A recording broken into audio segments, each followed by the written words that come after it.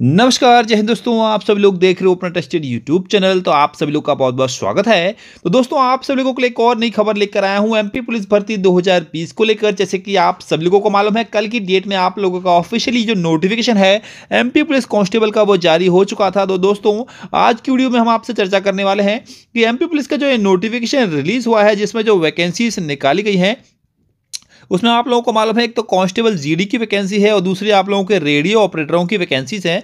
यहाँ पर दोनों के लिए ही अलग अलग योग्यता आप लोगों से मांगी गई है। सबसे बड़ा सवाल यह है कि 10वीं पास ये वैकेंसी निकाली गई है या फिर 12वीं पास। इस वीडियो के अंतर्गत दोस्तों मैं आपको पूरी न्यूज़ क्लियर कराऊंगा कि आपकी जो वैकेंसी 10वीं पास है या फिर 11वीं पास है।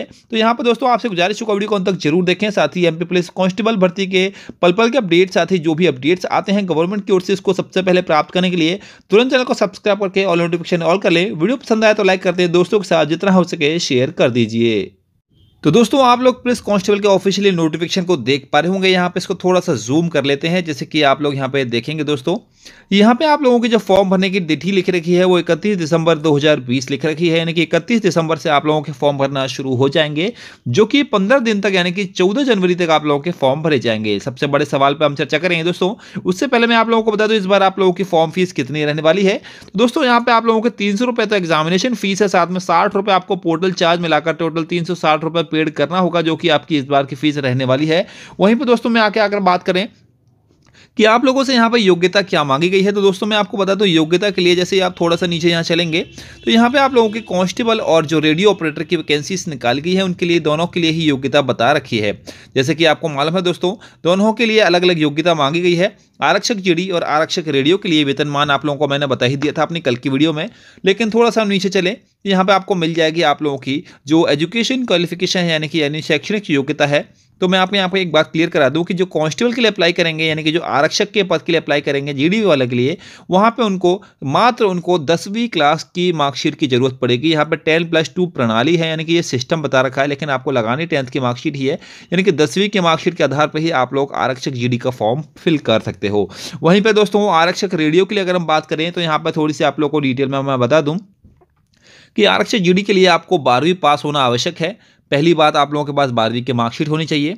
दूसरी बात यहाँ पे कह रखी है कि कौशल विकास या फिर उद्यमिता मंत्रालय भारत सरकार, यानी कि ITI आप लोगों के पास NCVT या फिर SCVT में 2 वर्ष का अगर आपके पास electronic computer instrument information technology या टेलीकम्युनिकेशन में आप लोगों के पास ITI है 2 साल की, तो आप अप्लाई कर सकते हैं।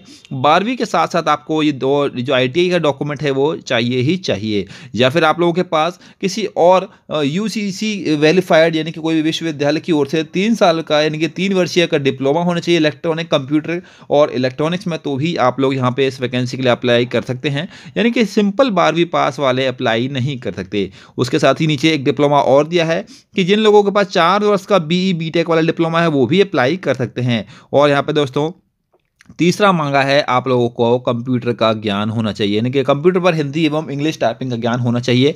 यानी कि रेडियो ऑपरेटर के लिए आपको यहाँ पर साफ साफ बोल दिया कि आप लोगों का जो वैकेंसी है उसमें आप लोगों के पास 12th पास होना चाहिए। दूसरी चीज़, आप लोगों को टाइपिंग आनी चाहिए।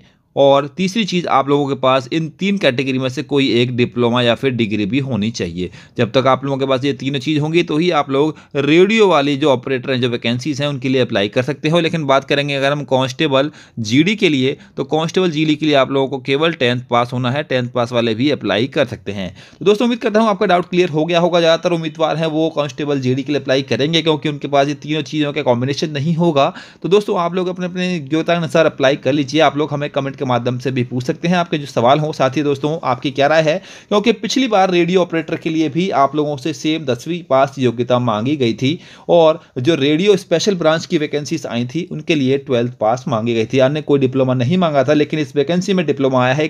मध्य प्रदेश पुलिस कांस्टेबल भर्ती में एक चेंज देखने को मिला है पिछली भर्ती से, क्योंकि यहाँ पर रेडियो ऑपरेटर के लिए कोई डिप्लोमा या फिर आप लोगों के लिए जो डिग्री है वो कंपलसरी कर दी, जैसा कि पिछली वैकेंसीज में ऐसा नहीं था। दोस्तों उम्मीद करता हूँ आपके डाउट्स क्लियर हो गए होंगे। और भी जो भी डाउट्स हैं जो कि ज़्यादातर उम्मीदवारों को फॉलो करने पड़ रहे हैं, उन सभी डाउट्स के ऊपर अलग से वीडियो हम बना देंगे। तो आपसे गुजारिश होगा चैनल से जुड़े रहें, वीडियो को लाइक करके चैनल को सब्सक्राइब करके ऑल नोटिफिकेशन ऑल कर दें, ताकि आपको इसी प्रकार के डाउट्स क्लियर हो सके, रेगुलर अपडेट्स प्राप्त होते रहें।